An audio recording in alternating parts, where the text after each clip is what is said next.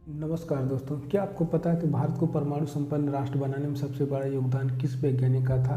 यदि नहीं तो चलिए आज हम इसी के बारे में बात करेंगे। भारत को परमाणु संपन्न राष्ट्र बनाने में सबसे बड़ा योगदान था डॉक्टर होमी जहांगीर भाभा का। होमी जहांगीर भाभा का जन्म 30 अक्टूबर सन 1909 को बॉम्बे के एक प्रसिद्ध पारसी परिवार में हुआ था। उनके पिता एक मशहूर वकील थे और उनकी माता का नाम मेहरीन था, जो कि टाटा के घराने से संबंधित थी। भाभा बचपन से ही पढ़ने में एक अच्छे विद्यार्थी थे। उनकी प्रारंभिक शिक्षा मुंबई में हुई थी। भाभा 18 वर्ष की उम्र में कैम्ब्रिज यूनिवर्सिटी को ज्वाइन किए मैकेनिकल इंजीनियरिंग की पढ़ाई पूरी करने के लिए, जो कि उनके पिता और चाचा चाहते थे कि भाभा मैकेनिकल इंजीनियरिंग की पढ़ाई पूरी करें और भारत आकर टाटा स्टील को ज्वाइन करें जमशेदपुर में। कैम्ब्रिज में मैकेनिकल इंजीनियरिंग की पढ़ाई करते उस वक्त भाभा का झुकाव धीरे धीरे न्यूक्लियर फिजिक्स की तरफ बढ़ता गया और 1930 में अपनी मैकेनिकल इंजीनियरिंग की पढ़ाई पूरी करने के बाद भाभा कैम्ब्रिज के ही कैवेंडिश लेबोरेटरी में रिसर्च करना शुरू किया और अपनी थीसिस कंप्लीट करने के बाद 1935 में उन्होंने न्यूक्लियर फिजिक्स में पीएचडी की डिग्री प्राप्त की। हर साल की तरह 1939 में भी भाभा भारत में अपनी छुट्टियां मनाने के लिए आए, लेकिन वे इस बार इंग्लैंड वापस नहीं जा पाए क्योंकि 1939 के दशक में ही यूरोप में द्वितीय विश्व युद्ध शुरू हो चुका था और यूरोप के अधिकांश वैज्ञानिक अपने अपने राष्ट्र की सुरक्षा के लिए युद्ध में भाग ले रहे थे। तब भाभा ने बेंगलोर के इंडियन इंस्टीट्यूट ऑफ साइंस में असिस्टेंट प्रोफेसर के तौर पे ज्वाइन किया, जहाँ पे सीबी रमन फिजिक्स डिपार्टमेंट के हेड थे।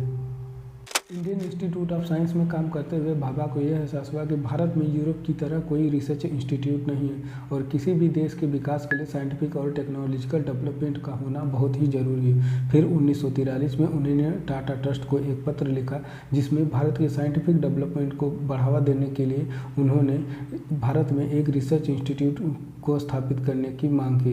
टाटा ट्रस्ट ने उनकी बात मान ली और 1 जून सन 1945 को बेंगलोर के इंडियन इंस्टीट्यूट ऑफ साइंस में गवर्नमेंट ऑफ बॉम्बे और टाटा ट्रस्ट के सहयोग से ये Tata institute of fundamental research की स्थापना हुई।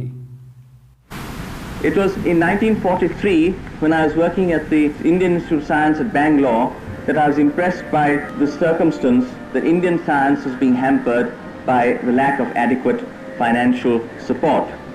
I therefore put forward my proposal and it was accepted by the Tata Trust, and the institute was founded on the 1st June 1945 jointly by Tata the Tata institute में Trust काम and the करते हुए भाभा को यह एहसास हुआ कि भारत में एटॉमिक एनर्जी के विकास के लिए जिस तरह की तकनीक का विकास होना चाहिए, उस तरह की तकनीक टाटा इंस्टीट्यूट में विकसित नहीं हो पा रही है। उसके लिए एक अलग से रिसर्च फैसिलिटी की आवश्यकता होगी, जिसके लिए उन्होंने भारत सरकार से आग्रह किया और एक नई रिसर्च इंस्टीट्यूट को स्थापित करने की मांग की।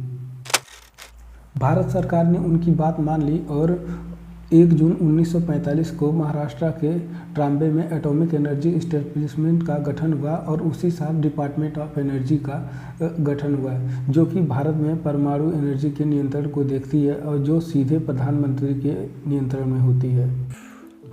भारत में एक ऐसे इंस्टीट्यूट का निर्माण करना चाहते थे जो भारत में रिलीजन, रेस, कास्ट और संप्रदाय से ऊपर उठकर भारतीयता और राष्ट्रहित में काम करे। भाभा की पहचान विदेशों में भी अच्छी खासी थी। इसका पता हमें ऐसे लगता है कि इंडियन इंस्टीट्यूट ऑफ साइंस में काम करते हुए एवं टाटा इंस्टीट्यूट में काम करते हुए कई बार विदेशी आते थे और कई दिनों, हफ्तों एवं महीनों तक वहाँ पे काम करते थे और रहते थे। फिर आया भारतीय इतिहास में एक ऐसा वर्ष 1962 जिसमें भारत और चीन में युद्ध हुआ, जिसमें भारत की हार हुई और इस साल भारत के प्रधानमंत्री थे पंडित जवाहरलाल नेहरू। उसके 2 सालों के बाद ही 1964 में भारत और पाकिस्तान का युद्ध हुआ, जिस समय भारत के प्रधानमंत्री थे लाल बहादुर शास्त्री। 1964 में ही चाइना ने अपना पहला सफल परमाणु परीक्षण किया, जिसको देखते हुए भारत में भी परमाणु परीक्षण को लेने की मांग होने लगी। भारत में परमाणु परीक्षण की मांग को देखते हुए सन 1964 में भाभा ने ऑल इंडिया रेडियो पे यह अनाउंस किया कि अगर भारत सरकार उन्हें अनुमति दे तो वे भारत को 18 महीने के अंदर ही एक परमाणु संपन्न राष्ट्र बना देंगे और भारत हर साल लगभग 100 परमाणु परीक्षण करने की क्षमता रखता है। लाल बहादुर शास्त्री ने उनकी बात मान ली और भारत में परमाणु परीक्षण को बढ़ावा देने के लिए भाभा ने रिसर्च करना शुरू कर दिया। प्रधानमंत्री लाल बहादुर शास्त्री से परमाणु परीक्षण की अनुमति मिलने के बाद भाभा ने परमाणु परीक्षण के लिए रिसर्च करना शुरू कर दिया। भारत में यूरोप की तरह यूरेनियम बेस्ड परमाणु परीक्षण न होकर थोरियम बेस्ड परमाणु परीक्षण पर जोर दिया गया, क्योंकि भारत पूरी दुनिया में थोरियम का सबसे ज़्यादा भंडारण करने वाला राष्ट्र है एवं भारत के समुद्र तटीय राज्य जैसे आंध्र प्रदेश, तमिलनाडु, केरला, पश्चिम बंगाल और झारखंड में थोरियम के भंडार पाए जाते हैं। 1965 में भारत पाकिस्तान युद्ध होने के बाद जो है भारत के प्रधानमंत्री लाल बहादुर शास्त्री और पाकिस्तान के राष्ट्रपति मोहम्मद अयूब खान उज्बेकिस्तान के ताशकंद में मिले ताशकंद डिक्लेरेशन को साइन करने के लिए। ताशकंद डिक्लेरेशन साइन करते ही उसी दिन प्रधानमंत्री लाल बहादुर शास्त्री की मौत हो गई। और ध्यान रहे, इस मौत का ना ही कोई पोस्टमार्टम हुआ और ना ही सीधी तरीके से कोई जाँच हो पाई। प्रधानमंत्री लाल बहादुर शास्त्री की मृत्यु के 14 दिन बाद 24 जनवरी सन 1966 को भाभा मुंबई से एयर इंडिया की फ़्लाइट 101 लेकर फ्रांस गए। फ्रांस से लौटते समय उनका प्लेन फ्रांस के मोंटाब्लांका में क्रैश हो गया, जिससे 117 लोगों सहित भाभा की मृत्यु हो गई। लेकिन फ्रांस सरकार ने इस मृत्यु को एक दुर्घटना बताया एवं उसकी जाँच भी पूरी तरह से नहीं की।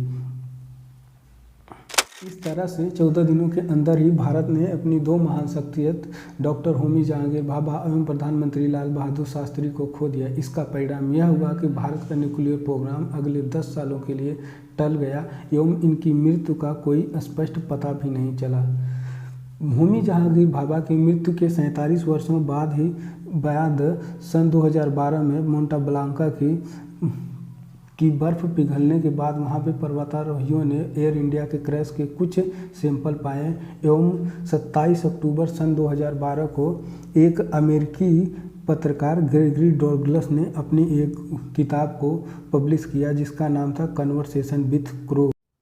क्योंकि ध्यान रहे दोस्तों, 1964 का दशक एक ऐसा समय था जिस समय अमेरिका और रूस में शीत युद्ध चल रहे थे और अमेरिका यह नहीं चाहता था कि सोवियत संघ, चीन और भारत तीनों एक ही खेमे में आ जाएं और तीनों परमाणु संपन्न देश हो जाएं। इसलिए उसने भारत के प्रधानमंत्री लाल बहादुर शास्त्री जिन्होंने न्यूक्लियर हथियार बनाने के लिए मंजूरी दी थी एवं भारत के वैज्ञानिक होमी जहांगीर भाभा जिन्होंने इस कार्य को करने का जिम्मा लिया था, दोनों को रास्ते से हटाने की कोशिश की। इस तरह से भारत का परमाणु परीक्षण अगले 10 सालों के लिए टल गया एवं भारत की दो महान हस्तियों को अपनी जान से हाथ धोना पड़ा।